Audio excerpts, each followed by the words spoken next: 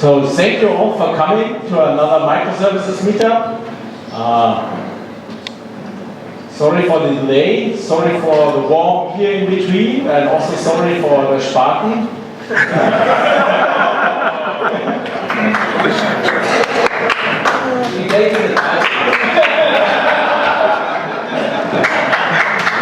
is just for comparison.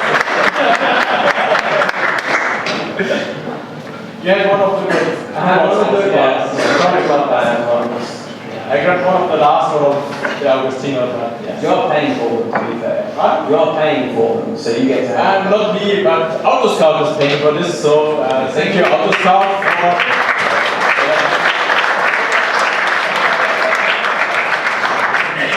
Hopefully, everybody got enough pizza also, because this was a tight one.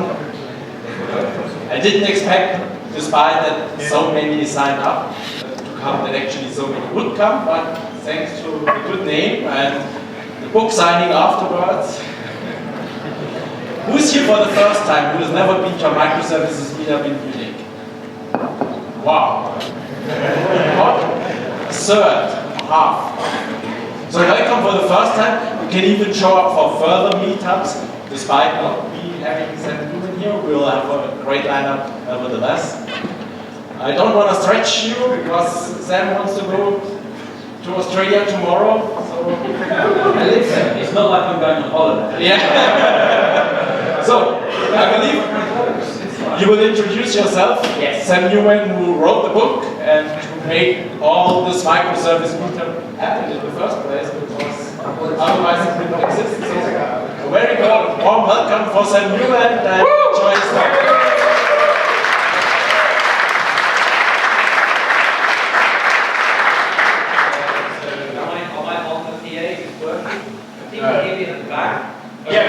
We're going forward, I'm going forward.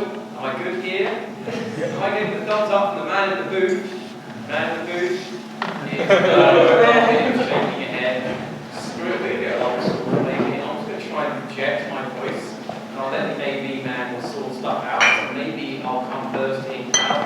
So, my name is Sam. I work for a company called ThoughtWorks. We do have offices here in Munich. I'm playing around with my belts. Okay.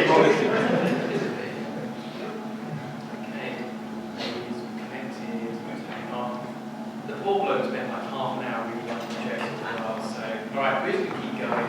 So I have a company called ThoughtWorks. I've been working with ThoughtWorks for about 12 years. It's probably worth calling out that actually a colleague of mine that picked up this trend towards microservices. James Lewis spotted a whole bunch of the companies using services in a different way, and he gave it the name of micro apps, and then we workshopped it and came up with microservices. So I can't take all the credit for spotting the trend. I just had the sheer bloody mind of just putting it into a book report. So I say a big thank you to Autoscout for inviting me.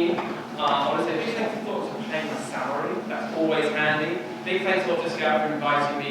Also want to say thanks to Starlight who brought me over to do some work. Otherwise I wouldn't be here. I have written a book. If you wait till the end, I'll give you a discount code for those of you who haven't read the book. I also found out today that the book has been translated and is now available in German. So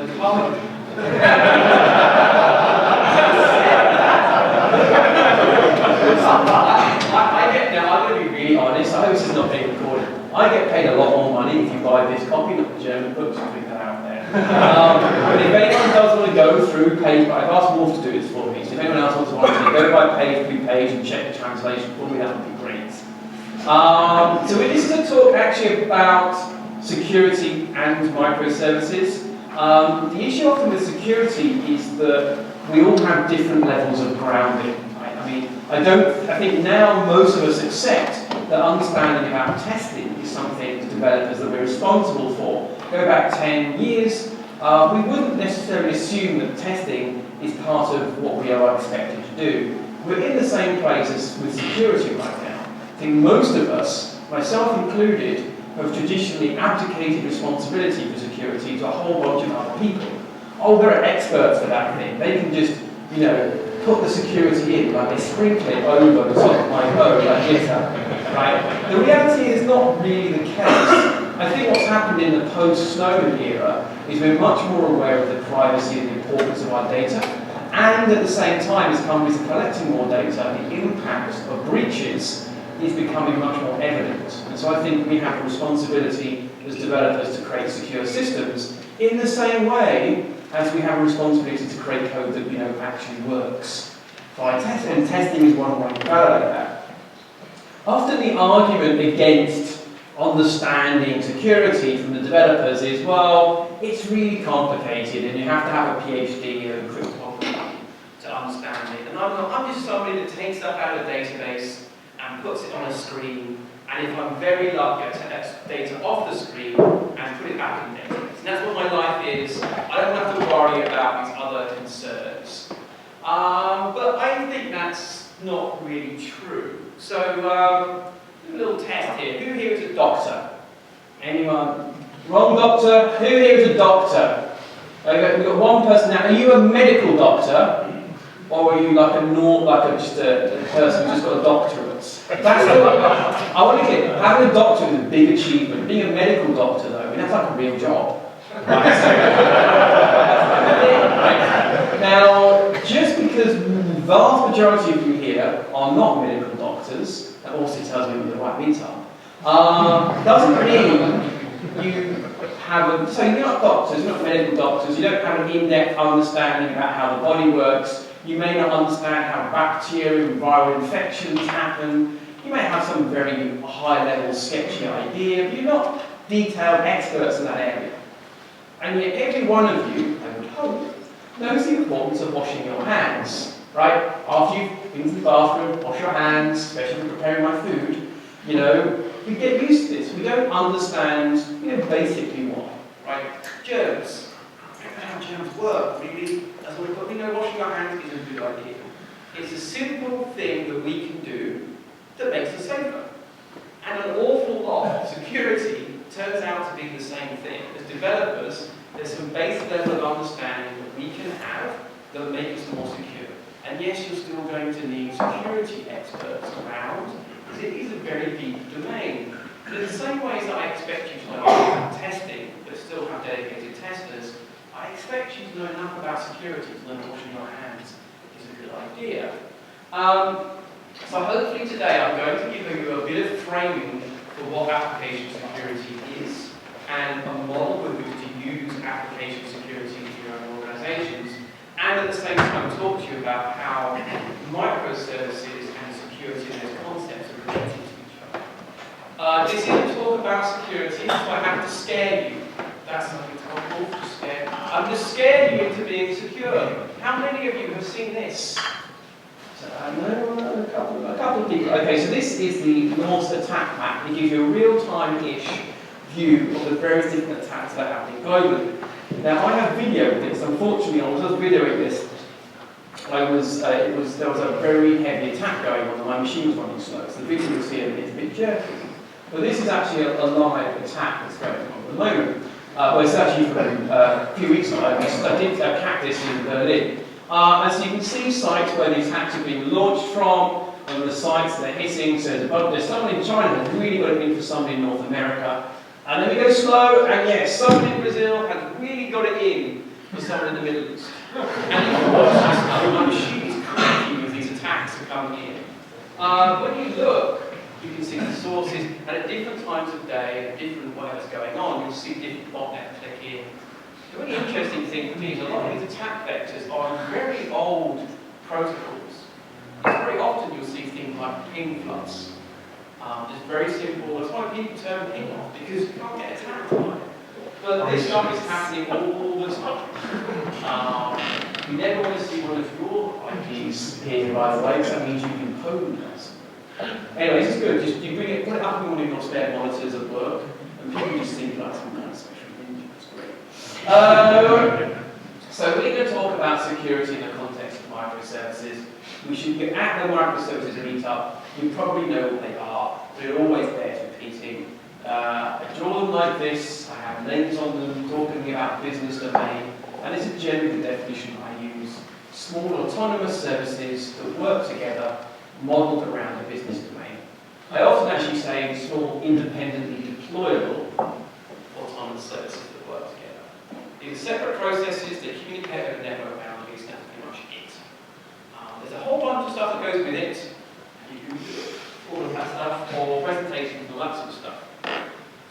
The nice thing about microservices is that they are small and independent. You have lots of little things.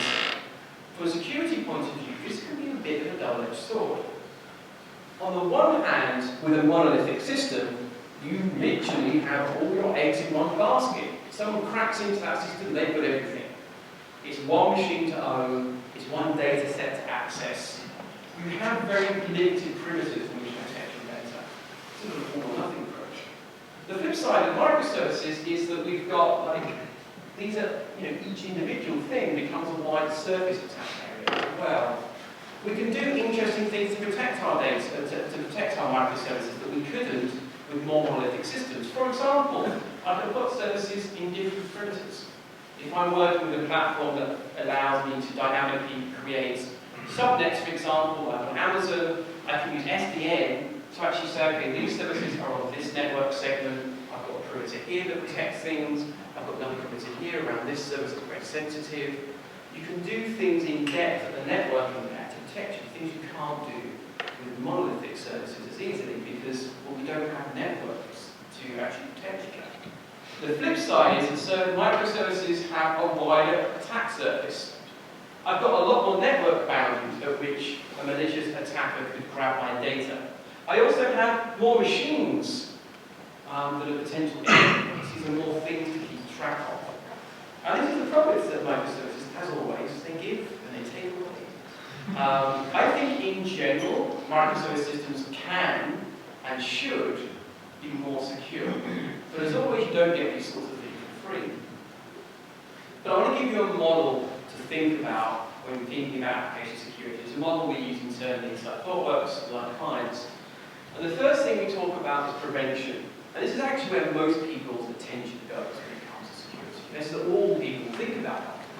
How do I stop a bad thing from happening? And it's good that you think about that, but you're not going to stop everything. And if you don't stop something, you need to be prepared. So if you do get breached or something does slip through your net of prevention, you need to have mechanisms in place to detect that that's even happened. So it's surprising how many people spend all their effort here and don't even know when a bad thing happens. Once you know a bad thing has happened, you need to know how to respond to that. And there are lots of ways of responding well, and I'll talk about those in a minute. And finally, once you've responded, you need to be able to recover from that bad situation. And this all reinforces. The key thing is, when you're thinking about application security, you need to have a balanced view of this. You need to be putting some effort into all of this. Now, it may be that you've got the most effort into prevention. You need to be putting some in the other areas as well. But nonetheless, we'll start with the most popular one. We'll start at prevention, start at stopping the bad thing from happening. So, true story. Working at a company who had just sort of embraced information security, they had an InfoSec team that had just been created. And that InfoSec team was looking at risks. And one of the things they were worried about was perimeter security. Namely, that they had, if you got into the physical building, you could plug something into the network and you would have access to the corporate network. So it's actually a very common approach. We're now moving away from that idea.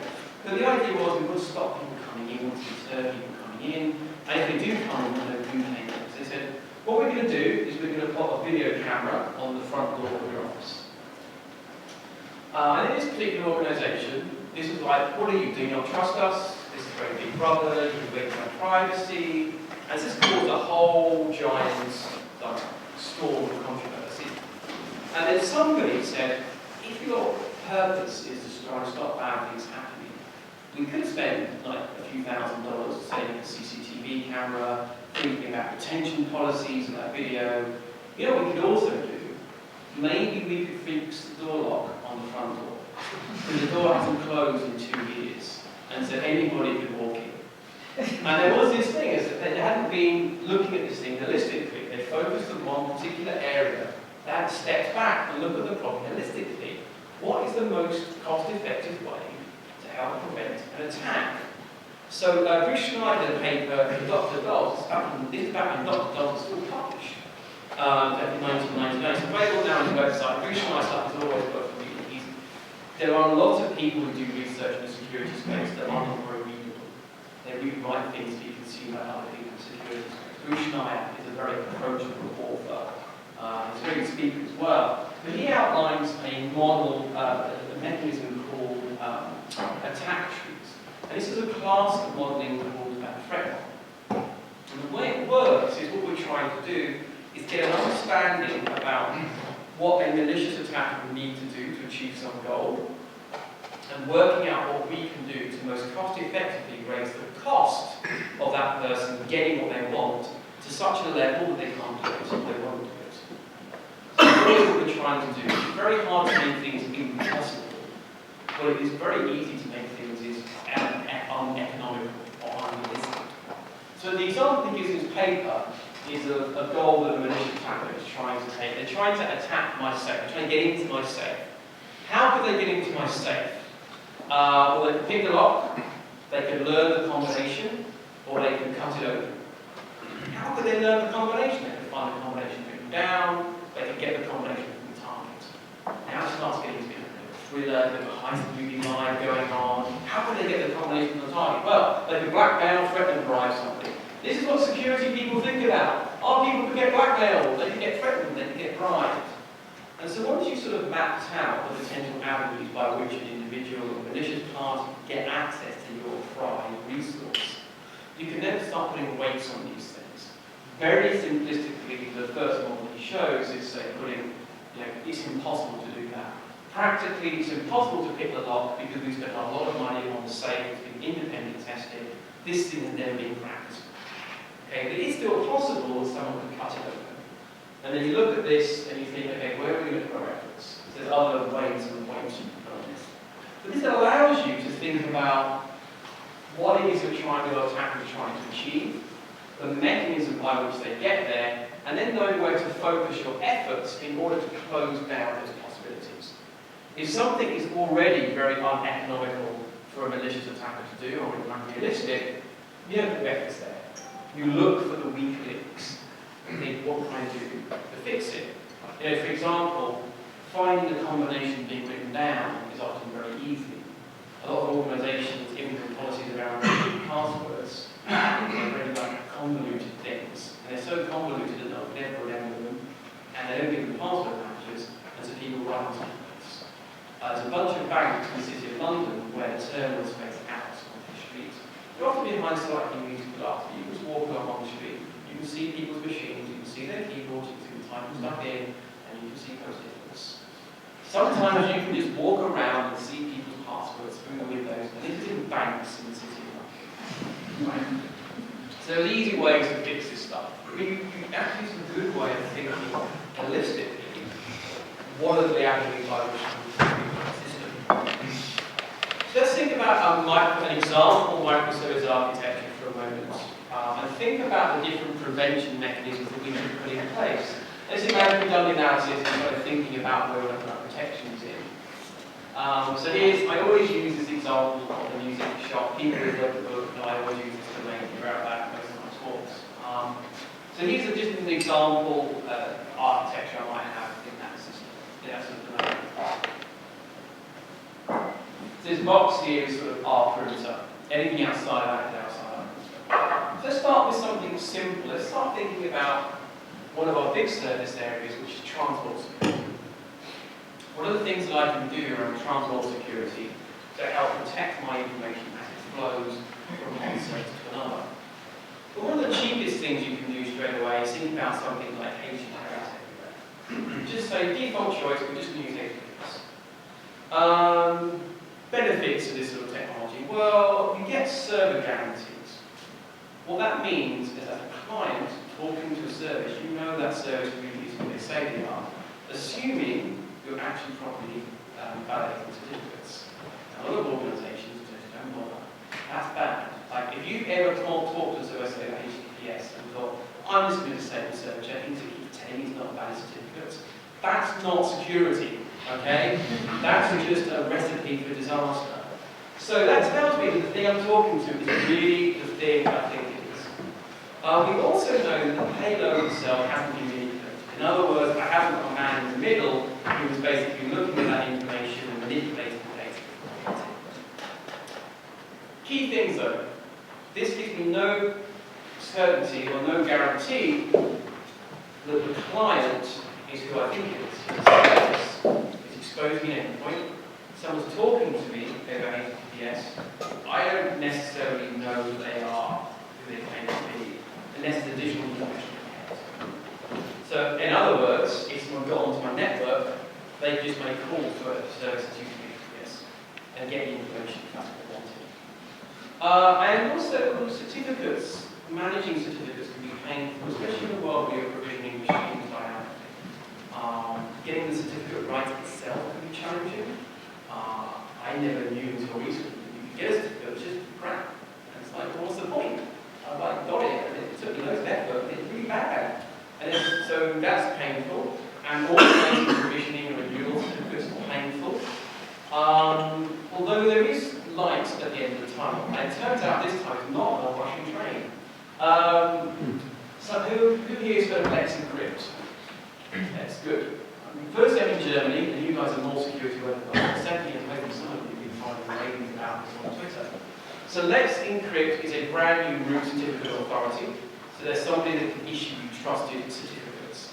Their goal is to reduce the basically reduce the level of effort required to get certificates as low as possibly they can. So they want to make it easy. The two things they've done here are interesting. The one that's got most attention is this word. It is free. Right? Turns out that's not the important thing, in my opinion. This is the important thing. Automate. I would pay for the automation. And the automation they've come up with this thing called the ACK protocol for managing certificates. I suspect other root authorities will adopt. So here's how I get a certificate. So I sign in, and Let's Encrypt run, that grabs my certificate and installs it on Nginx or Apache. It's online, that's kind of good. When I renew a certificate, I do Let's Encrypt renew, pass my certificate, and where my key file is. It's just really simple. It's like, why has this taken like 20 years for someone to do this? This is awesome stuff. There are some limitations of it. I mean, they don't do wildcard certificates. Their argument being, of course, it's so easy to issue a certificate. It's free, but why would you bother? Just issue one for yourself if you want. So that's like, this is amazing and freaking awesome. I'm sort of hoping that people will adopt the ACME protocol, which gives you this command line, in a way that they can use for their own internal QoS certificate sign software, for example, using their inside network as possible. But this is going to really lower the barrier to entry. It makes HTTPS even cheaper to achieve, and makes it a good default choice. So maybe I just say that within my perimeter, quite often what people do is they have some level of implicit trust inside their perimeter. So maybe we should use HTTPS everywhere. It's not fantastic, but actually, if you've broken into our network already, there's other things that have gone wrong with it. So what if we want something a bit stronger, a bit more protection? Well, we could look at something like client-side certificates. So client-side certificates are useful, right? The first thing is they give us client guarantees. I know the person I'm talking to is supposed to be talking to me. So they've got a certificate, and it's great, it's fantastic, everyone's happy, and the heavens are open. Unfortunately, the heavens are open now, it's raining on us, because the certificates for client certificates are a world of, removed in terms of complexity compared to HTTPS. These things are a giant pain to manage. Again, because we're often provisioning machines dynamically, working out how to issue stuff in an automated fashion is a real pain. There is no Let's Encrypt yet for client-side certificates.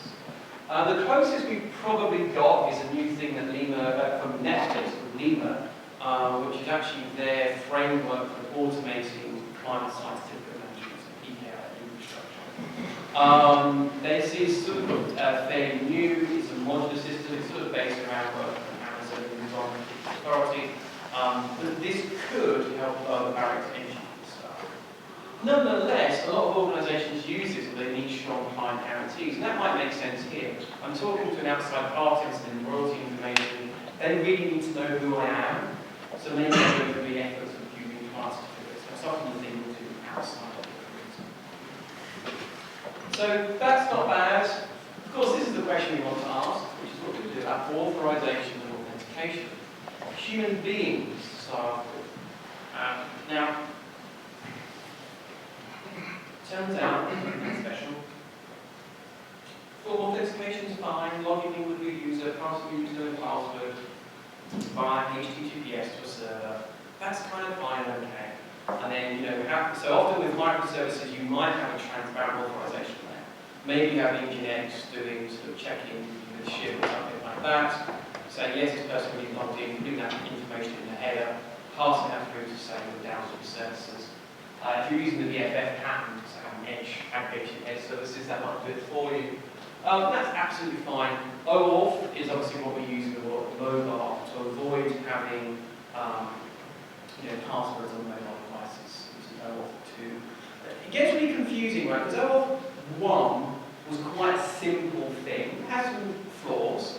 And then they came out with OAuth 2, which really confusingly is not a second version of OAuth. Like OAuth 1 was something you implemented. You could be OAuth 1 compliant, you implemented it, and yes, you are OAuth. Well, OAuth 2 is a framework from which you select specific flows that allow you to have. It's so convoluted and complicated, it's sort of disappearing on its own. Anyway, but there is a subset of OAuth 2 which is getting widespread adoption now, and that's a thing called OpenID Connect. So OpenID Connect, curiously isn't about OpenID, it's a subset of OAuth. Now that actually has some interesting possibilities for even replacing things like SAML in the enterprise. So SAML is dominant in handling single sign-on, but relies on fairly heavyweight SOAP-based interchange. Active Directory, Azure Active Directory is Amazon's hosted directory services. Surprised that supports both SAML and OpenID Connect now. I think that's probably the future of where it's going. But nonetheless, with human beings, this is what we do. We use these sorts of communication. There's an interesting problem with microservices, and that is that we are exposed more often than other types of systems to a thing called the confused deputy problem. And that is that here I log into SAM, and I make a request to the Music Web Shop, and it says, are you Sam? Yes, you're really Sam. Great, I know you're Sam. Excellent, fantastic, we're all on the same page. I'm validating my credentials, that's what the system's done for me. And then I make a call to the Music Web Shop from my authenticated session up here, which calls it to make its call in turn down to the user service to fetch information. Now, there's a class of application bug where I can trick the Music Web Shop into asking for information from, say, Wolf. I'm logged into SAM. Excellent. And now I just hit a URL saying, I want to see Wolf's information. And it doesn't revalidate that whether I should be asking for Wolf's information down here. And so we have this whole question. If I'm a user service and I get a call, do I just trust those calls are okay? Do I just assume that if I get a call, not an edge service, so if someone's calling me, they're going to be inside my room, so it must be fine. Do I do any, more validation? Maybe I say, can you read the Music Web Shop? A lot of people don't even do that. Yes, you'll read the Music Web Shop. Okay, I trust you, but you're asking for Wolf's information. Okay, what's the give it to you? Or do I say, actually, I really need to know you're actually asking on Wolf's behalf? And this is when you start getting into things like nested credentials. To actually pass the credentials of being downstream, the user service first validates yes to the Music Web Shop, and yes, the credentials you've got really do validate you as being somebody that should have Wolf's credentials. Now that's fine, that's one level deep. Imagine you go 2, 3, 4, 5, 6, 7 levels deep. Nobody does this. Nobody actually passes those credentials downstream. I've never met people that do this. This is really painful, right? This whole problem. But nonetheless, so I think what we're trying to do is you can do this technically with nested SAML assertions. It's a nightmare because it's not designed for this. OpenID Connect opens up the possibility that you can pass those credentials downstream and validate them. But I haven't seen enough research into the potential vulnerabilities there. Most people who do microservices do not bother. The furthest they get is doing things to validate the Music Web Shop or use the Music Web Shop when they're talking to user service. And then assume at that point that they capture other cases actually in the application. This is a class problem that is a confused entity problem. It's not easy to solve because it's a legitimately hard problem to solve. There are no easy answers here. I've spoken to a lot of people, and I really can't look code, and someone goes, oh yeah, you just do this, and it's fixed. It's like, I haven't found that person yet. So now let's talk about, of course, we've also used data transit. Data at rest gets interesting. With more monolithic systems, when we're wanting to encrypt data at rest, we often have the issue that we have large databases, and encrypting the whole database is just from a performance point of view too expensive.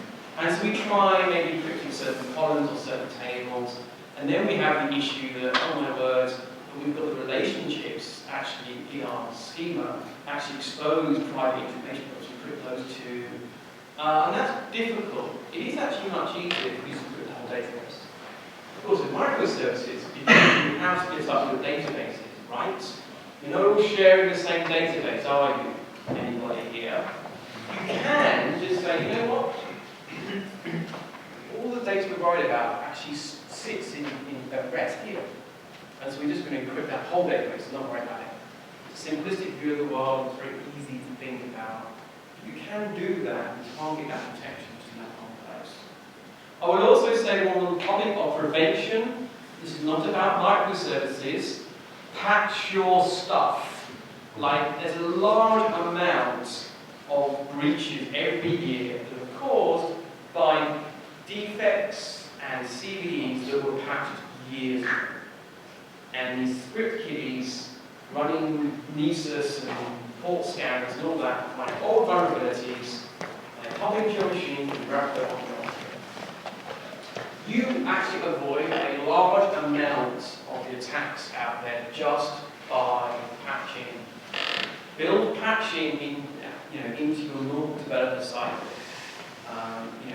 You'll be patching once a week your machine and things like that. If you're a team that practices what we call team managed infrastructure, so you are the team that owns and operates your infrastructure, you're responsible for patching to do it.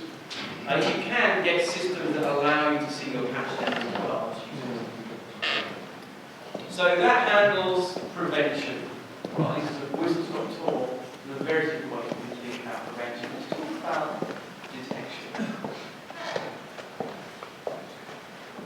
So hopefully you keep a track of the advisories you've got about different technologies that you're using. And so you find out one day, oh my word, there's this thing called shell shock. And this has actually been, it's a 0 day. This operating system has been exposed to God knows how long. Have we actually been affected by this? Because yes, you can run the patch and make sure the patch is installed, but that doesn't help you if you've already been exploited. Now, shell shock, for example, you can often see from logs if people have been trying to use the exploit. And you keep your logs, right? You keep them and you aggregate them essentially, and you keep them around for a few years, so that when you find something like shell shock that's been around for a few years, you can run some programs over your log files to see, yeah, someone came in here. No, because no one does. Why not?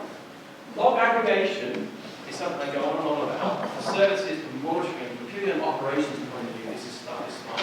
Using something like the Auth, using something like paper trail, using something like schema logic. Get your data off of your nodes, get it into one location, and logs into that location. From a point of view of detection, a security professional is going to know where your logs are, and they're going to be able to glance and look and sift through the logs to see if the breach has occurred. And this is very important stuff. Patching is great only if you're effective when you're unpatched, so it's useful.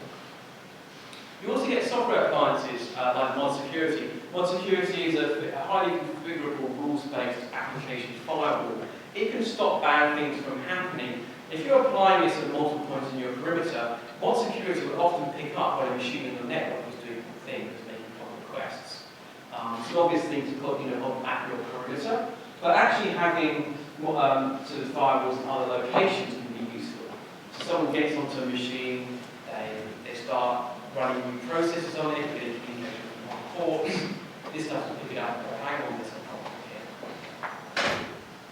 When it comes to microservices, there's this interesting double-edged sword that comes around Polyglot as well. a lot of people who've used microservices have a large amount of different technology stacks.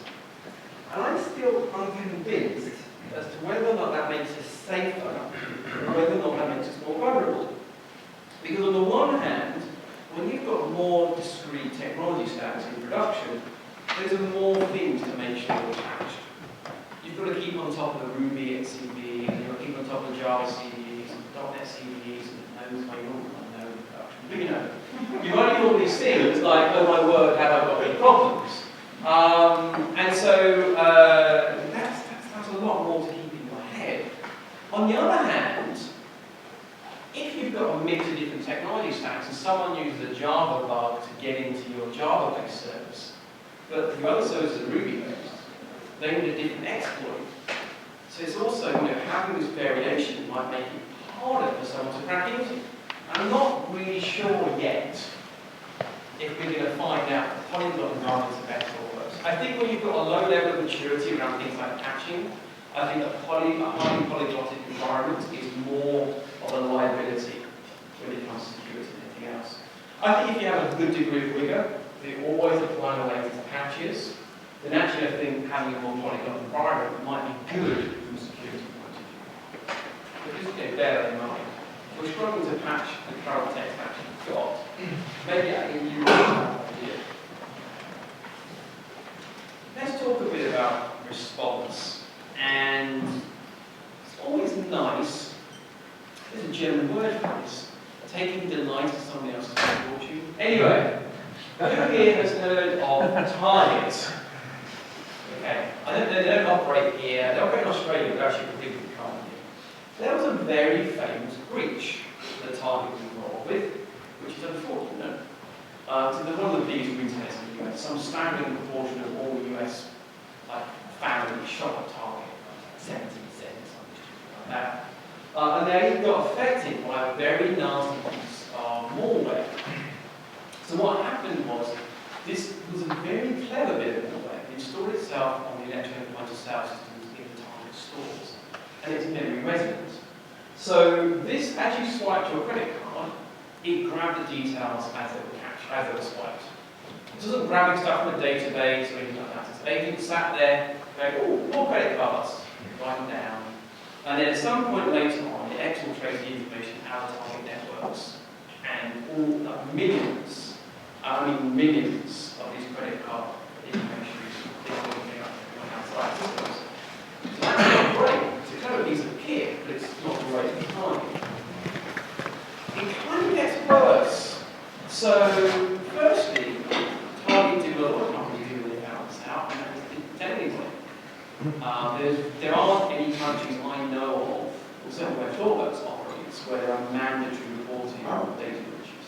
I personally think we should have mandatory reporting of data breaches. I think no one's going to take privacy and security seriously until companies are held to account and actually have to tell people publicly that look who screwed up. They're actually forced to tell anybody about this, but something Congress brought it up and they found out about it. That was bad. Taking a while to tell people is bad. What's really bad is being one of the few US retailers to actually have a security team. And I say that's bad, mostly outsource this stuff. They had a team that was monitoring their systems. That team spotted the malware being installed and raised a red flag and said, hello, malware being installed, and they were ignored. They raised a red flag when they saw the data being sent out to the target networks. Hello, your credit cards, go bye-bye, credit cards are ignored, entirely ignored. That's not good, right? That's even worse in a way than not catching it. It's like lip service to security. And this is often a problem. Security teams are often not plugged into the right parts of the organisation. They're not taken seriously. Our own InfoSec team reports to our CIO and ThoughtWorks. Long term, we want that function to actually report to our CEO. That's what we try to move towards. They don't ignore. In fact, the CEO lost his job. That's a big deal. The sales of FireEye, which is the software that the security team used to pick up its malware, they went through the roof. They made so much money out of this. It's quite embarrassing, though. Then Home Depot got hit by exactly the same breach. It's embarrassing. Again, talking about people who write very well about security, Brian Krebs is excellent. He gets a lot of inside scoops, he brokers a lot of the detail of the target breaks. He actually speaks to the people that got this data, and so he can tell you how much the stolen credit cards are being sold for on the dark web after the target breach. It's going to like $8 each. It's very easy to understand, very well explained. Again, just subscribing to his blog, you learn so much, so I can really recommend it. And the target data breach tag on the slides, you can read all about what happens and when. Often with these things, you get a bit of a drip feed of information because the companies don't get out in front of it well enough. And when it comes to response, a large amount of this is get out early, have to be honest, get as much information to your customers as possible, as early as possible. It comes down to comms, it comes down to communicating. So again, let's talk about another company that didn't do a great job of communicating about its data breach. Anyone heard of this company? Thank you. So this is, this is obviously, there was some, again, some delight in the downfall of this company because it's a site that basically helps you arrange for infidelity. But a lot of the reason that this was in the news for so long wasn't because of the nature of the site itself. It was actually because of how it was handled. No, there's been no breach. No breach. Okay, they've got some data, but it's a very, very small amount of data. It's all encrypted, they can't read it. Okay, they can read the encrypted data. Okay, it's not a small amount of data, it's a large amount of data. Okay, it's all our data, that's all they've got. And our source code. They've also got our source code. All our source code and all of our data is well encrypted, but that's all they've got. And they've got our emails. They've got all of our emails. And just kept coming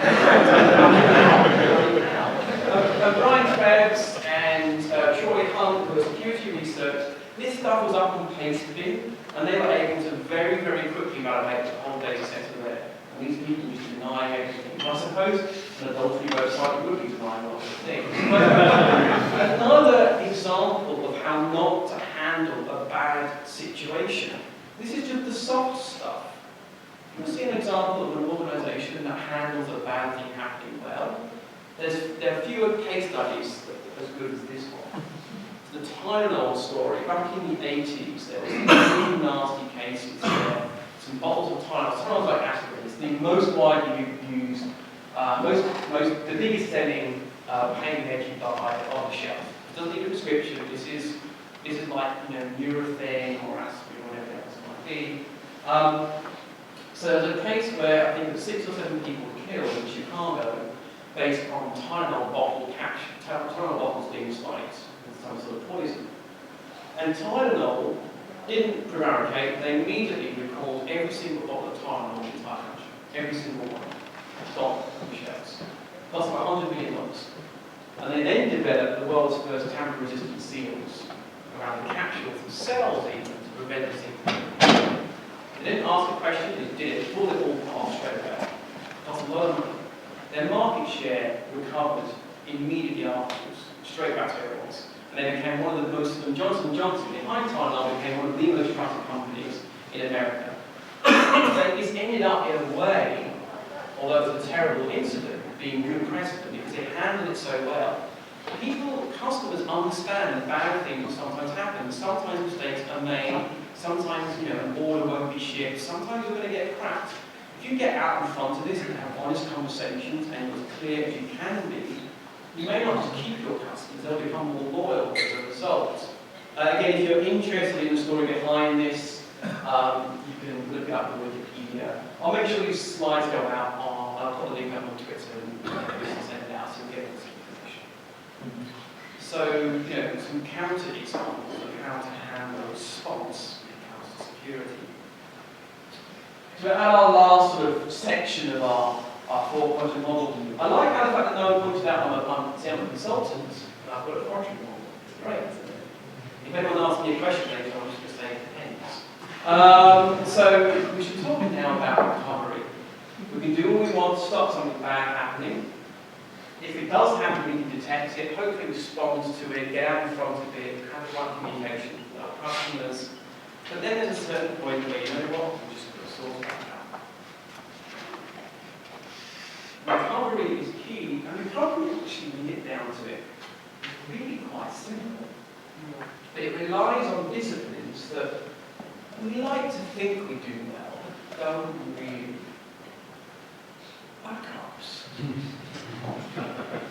How many of you own more services and have automated routine backups? When was the last time you tested on the backups? This year, last year? This is not an issue. Maybe you backed up your information. But if you've only got, say, 30-day backup windows, which some people do, and you found you got exploited 6 months ago and someone's crypto locked half your data, or whatever it might be, 6 months will be bad, right?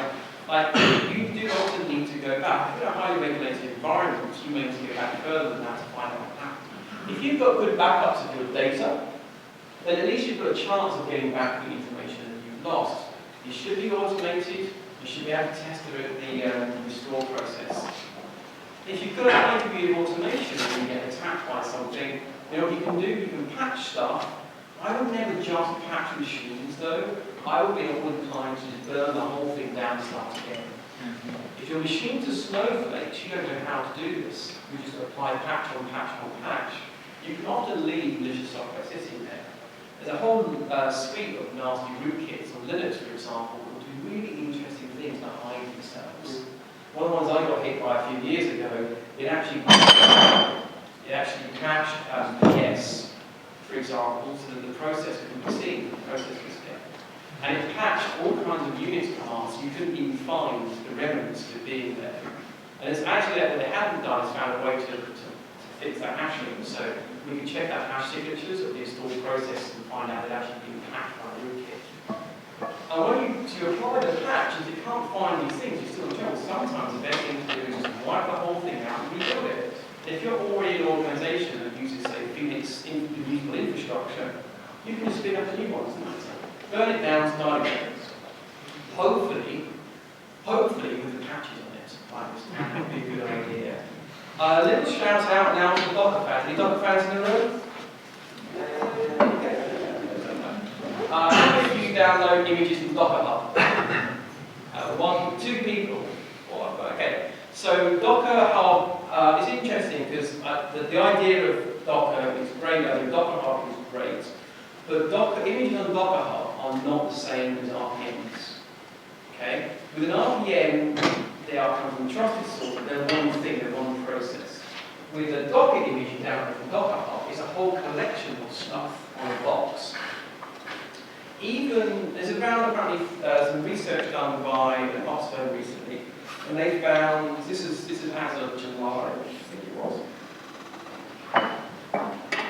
that 30% of all of the trusted Docker images on Docker Hub, this is the stuff that are actually vetted and said, yes, that's a good image, 30% of them contain critical vulnerabilities. 30%. So when you download even the trusted images, there's a whole lot of stuff to unpack. You can get around that by going into the images and running apps to get updated, whatever that might be. But the world of Docker Hub is a world of, in general, of untrusted code. You also have the transitive trust problem. You might trust the person that built that image, but they in turn are building their image on somebody else. You've got to trust them too, and you've got to trust the other person too. With an RPM, it's one thing. You check that hash, it comes from signed authority. It's a very small amount of stuff that you check. Docker images. I use Docker Hub to work out how to build images. I build them myself. I put them in my own images. Okay.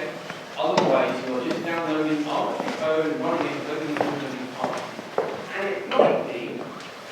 I'm not sure I'm trusting it. The other thing to bear in mind is that Docker itself is not by design a secure operating environment for untrusted code.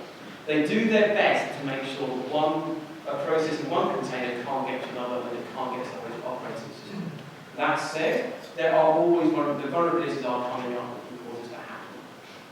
They are not as secure as, say, Solaris zones. They are not as secure as, say, full-fat virtual machines are, which are a bit have the hypervisor process around it. So if you're running arbitrary, untested code, Docker contains a probably not the way to go. So all this stuff, backing up, burning it all down, there's again this part of me that thinks this could be a bit hard with the microservices, but I haven't yet got enough experience with this. I think organizations that use microservices tend to be good at automation, and so are often more able to burn stuff down, but backing up data and keeping that in synchronization across multiple services is sort of a bit of a question mark to me. I'm not quite sure yet. I think prevention, certainly in the microservice world, is much easier. We've got multiple different places at which we can protect our systems. We've got multiple places we can put perimeters. More machines that need to be breached in order to have a catastrophic outage. There are more network segments to be attacked, but also more network segments to be secured. You need to aggregate all of your stuff together to be able to detect what's going on. Having primitive appliances helps, log aggregation helps. When it comes to response, just think what will target do, and then do the opposite. And you'll probably do quite a good job. And then when it's all said and done, when it comes to recovery, one of the best ways you can recover is burn the whole thing down, pour gasoline on the whole lot, rip the machines out, throw them out the window, and build some new ones. And again, automation here can help you with recovery. There's a bit of a sort of a mix of things there, but hopefully a bit of a framework for thinking about application security, and giving you some ideas about how that might work in the context of microservices. So I think we've got plenty of time for questions. So,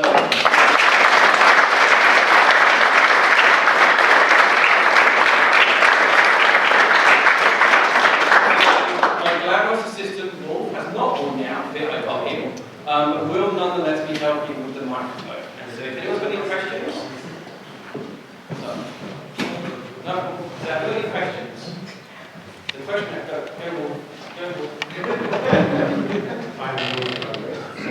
So just checking the mic. 1, 2, 1, 1. You also meet on. Hi, great presentation. Thank you. The thing that interests me is that you've got those microservices within the context. How do you, or have you got any experience with regards to keeping secrets within that context? So one service, yeah, here we go, that's great. So you were saying, okay, well, we can easily just have HTTPS between them. And using certificates, we can guarantee that this guy is this guy and this guy is this guy. However, where do you get the certificates from? And how can you have that authority within that boundary context to guarantee that the person asking for the certificate is the person who should be? Yeah, this is that whole, where do you keep your keys problem as well, to an extent. I've got to be honest and say I'm not an expert in the area of certificates. When it comes to keys, there are some hardware key management devices you can use. So for using Amazon, you can use their hardware security modules for managing secrets, and those secrets effectively handled offline.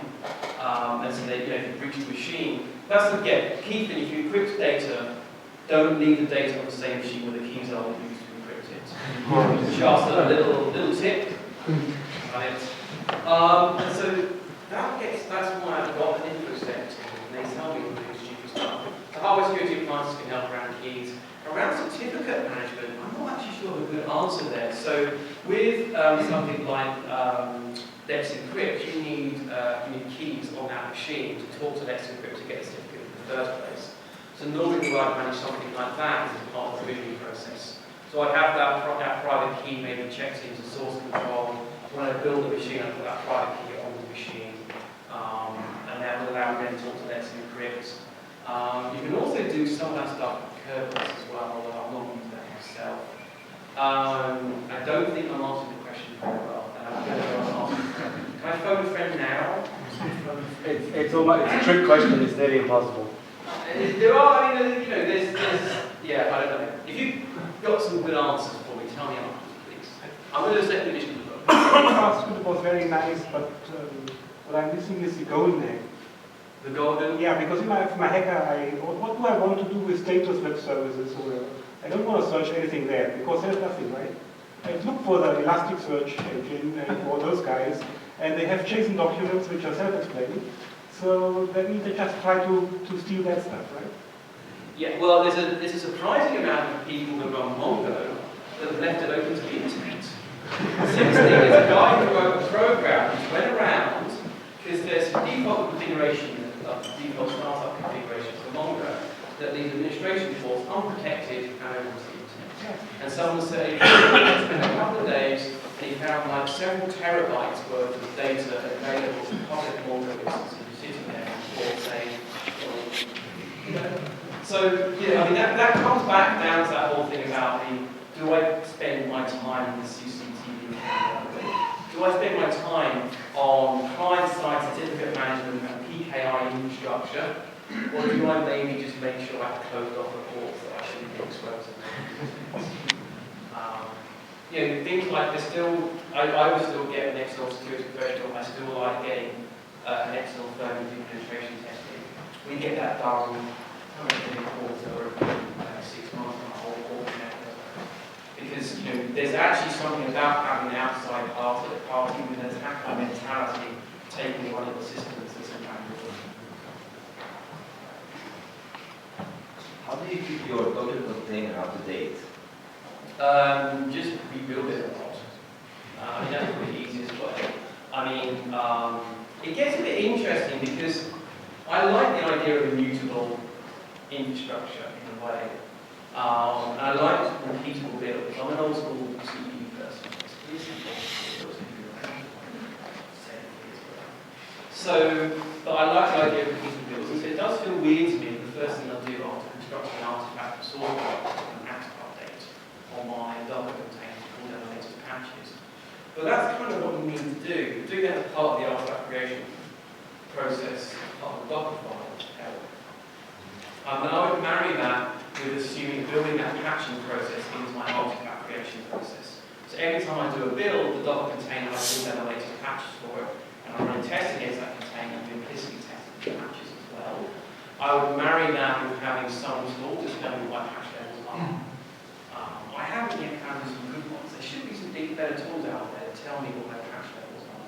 But yeah, just no replacement, just patching a lot and rebuilding a lot. And like if my service hadn't changed in a week, I'd consider just deploying it anywhere with the latest patches, potentially. Patch Tuesdays are not just for Microsoft systems. Or they're definitely for Microsoft systems. Okay, another questions? Hi. So one of the things you mentioned was the user service should totally separate it out, so it's all data in that. Yes. That was great as long as you just work with the user service. Right? I've worked in systems very much like this where you have a separate user service, all the other things that should go through there. But you still need to do indexing their user ID and so forth, and you need to get access to the necessary and so forth. How would you do that without duplicating that data and your own data? Yeah, so like search this is really, again, really a problem. Right, if you want to, it depends what you want, basically. If you encrypt everything, but I need to be able to search. So there's this thing, one password rolled out feature where I can search, actually we can do my search on iOS, and I can search my logins. By definition, that means it has to run encrypted. It needs to cite someone to make that possible. Now, this is a little bit uneasy. Now, on the one hand, I've added utility. I've got some information that's unencrypted to allow for things like searching what happened. On the other hand, that's less secure than what, because I can infer information about it. The right answer is often just down to what that balance is. And I think every situation has a different sort of risk profile. But there's a bunch of stuff you can and should do around privacy of information, which actually make things easier to deal with. Even when you're doing things like looking at information about you, looking at, say, analytics, there's no reason why you shouldn't actually scrub information you don't need. Although actually there's been some research done in the US that says you need very small amounts of information, even when you haven't identified who the ultimate unique individual. For example, I might have some anonymous metadata about me that just shows that I spend a certain period of time every week in a certain geographical location. You can probably work out who I am, because I'm living on the streets, get one or two other bits of information about who I am. So it's always a balance to build. There's no easy answers in that world. There's some funky stuff you can do around like database links and stuff I've seen, but again, there's no easy answers, unfortunately. Security's hard.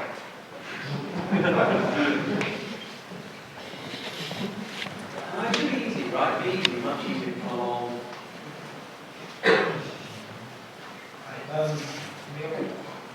Proxy certificates. We use proxies so we can actually delegate our credentials for a short period of time to certain services. Now, there's some cool services out there that use this for us, but obviously people have real issues with that.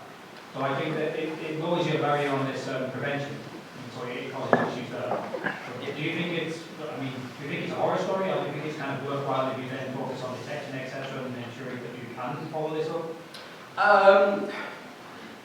I don't know, it's the issue is when it comes to security, every organization's risk profile is a bit different. Like, would I be okay with that for like a retail site? Maybe I would. It's hard for, I've got to be honest and say I'm not quite sure. I think there's always. Well, we're like open research, so yeah. If you steal the data, it's like some particle physics collision, so some people are interested in that. So oh, those particle physicists though, I mean, blimey, they're all over the dark web. Yeah, that's the situation, right? I mean, if you're a banking application, and the key thing is, I brought up those attack trees, and I said that's the goal we're getting at. If what's the worst thing that can happen is probably in your case not only steal the data, but that probably you get attacked with CryptoLocker that actually encrypts your data and says, hey, it's $1 million and we wiped it out, which is a real attack. You've got backups, it's not a problem, you've got backups. Yes, you've got backups. But like, so actually for you, in your situation, someone getting in and doing, I mean, you could also have various different manipulating the data, I guess. Yeah, it's everyone's risk profile is slightly different. It doesn't feel like it's doing anything terribly wrong.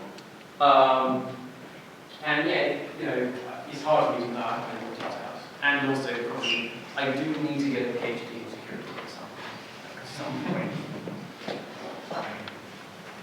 Any other questions? Got one over here. Right, we'll talk about the exercise.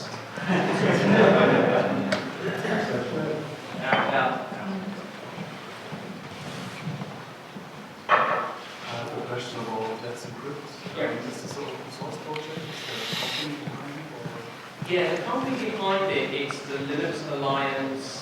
The board is quite interesting. Our CTO is very I'm trying to think if I've got the website up here. It's a Linux Foundation project. Linux Foundation behind a bunch of other companies behind it. The protocol itself is a web specification, the active protocol. They're hoping that other people adopt this. I don't know, I'm assuming it's I don't know how open source it is, but I do know it's been independently audited. They're now down to the design authority. It's open source, it's written in Go, and it's open source. Thank you. Another awesome bit of technology within Go. Yeah. Very interesting to me. Yeah.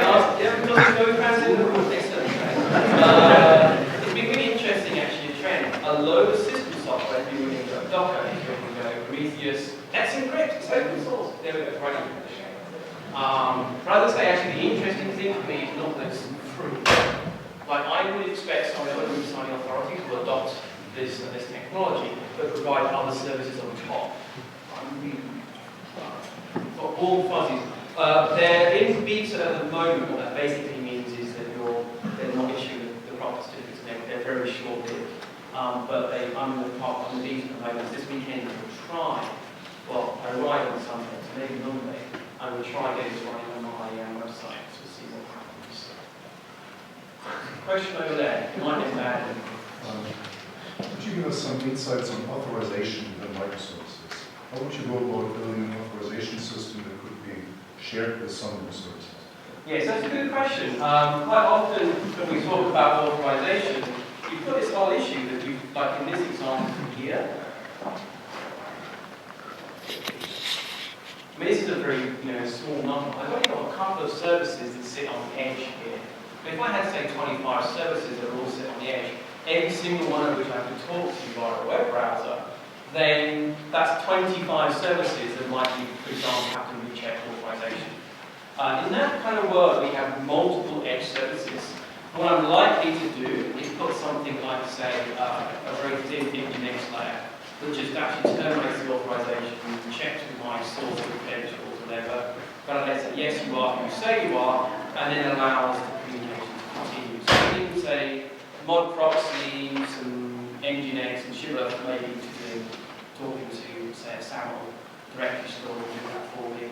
And that would be a transparent layer. And then these services would know that they have spoken to if the things are being authorized, and then be looking for, say, information in the headers about who that person was and maybe the group information.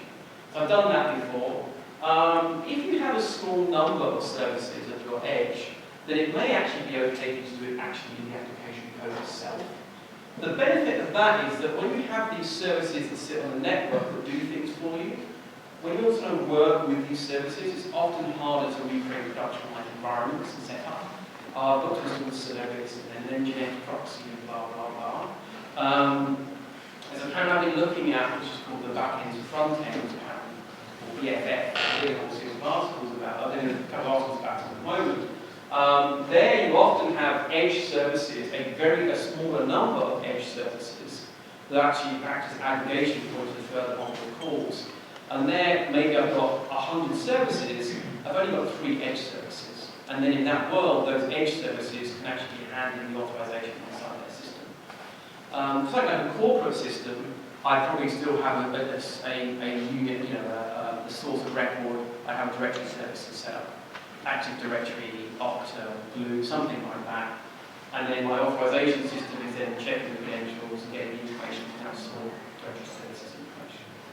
But yeah, some sort of transparent layer over the top would work quite well there. Next question.